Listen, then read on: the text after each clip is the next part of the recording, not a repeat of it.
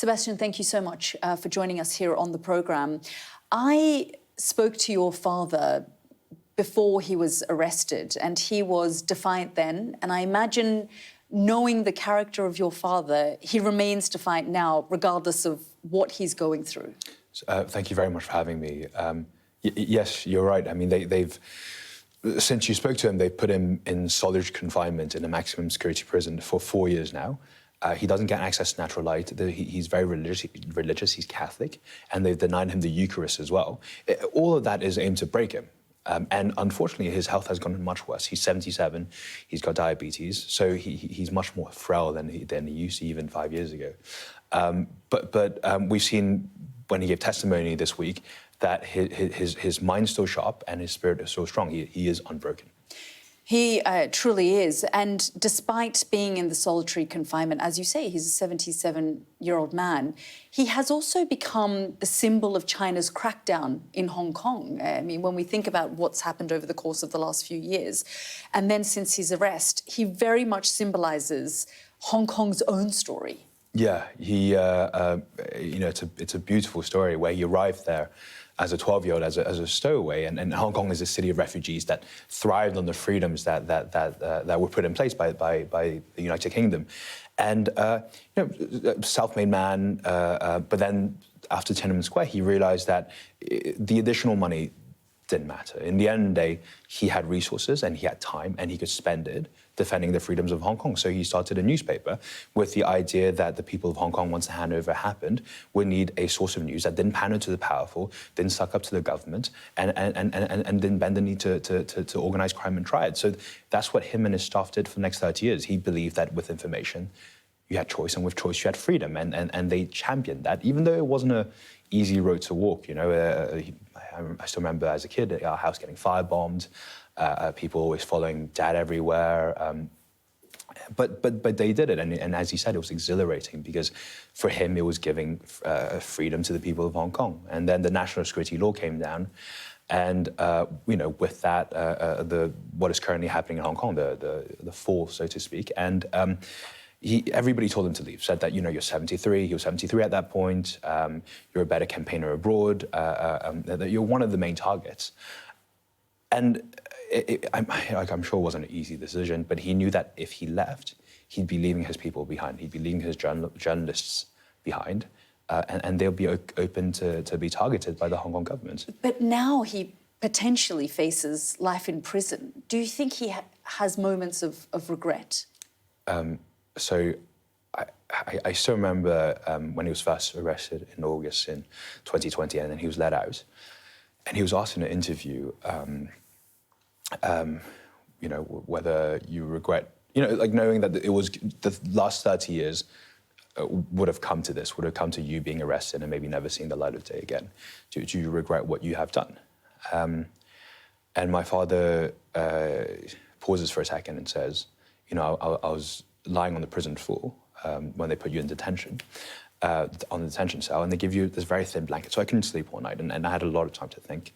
And I've looked back in the last 30 years, if I would have changed anything. And then he turns around and smiles and says, I wouldn't have changed a damn thing.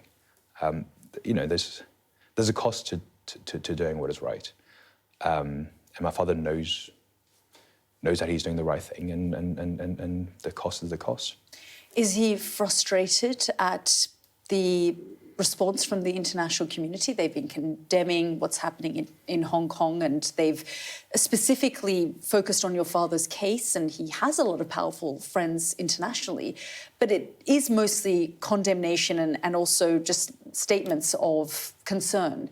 Does he expect them to do more? And is he hearing about what people are doing outside for him? So I can't speak on his behalf on that, but having campaigned abroad to see him released, I've been incredibly grateful for the support that we've been receiving. And obviously he's a British citizen, only a British citizen, but the support that we've been getting from other states, including Canada, US, the European Union, Australia, as well as many other states. It's been a case where people know the story, people know that what Dad is fighting for, peacefully, democracy, freedom, is not a crime and shouldn't be anywhere in the world. And they're putting, they're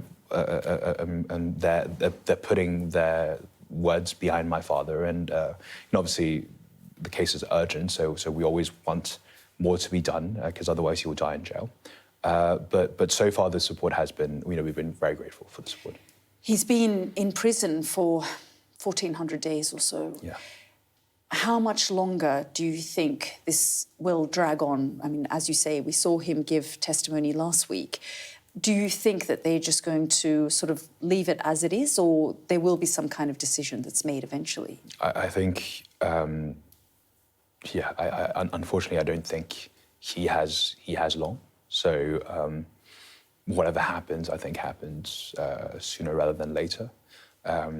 You mentioned 1,400 days, so 15 days and above is considered prolonged solitary confinement, and at my father's age, and given that the fact that he has diabetes, that in itself poses high risks of death.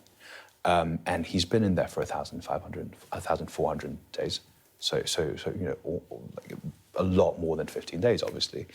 And my father's a very strong person, spiritually and mentally. But again, his body is breaking down, as one would expect. Hong Kong goes up to 40 degrees Celsius in the summer, and he's just baking there in a concrete box. It's heartbreaking. And you spoke about democracy in Hong Kong. We saw the movement over the course of the last few years, and then the way it was crushed.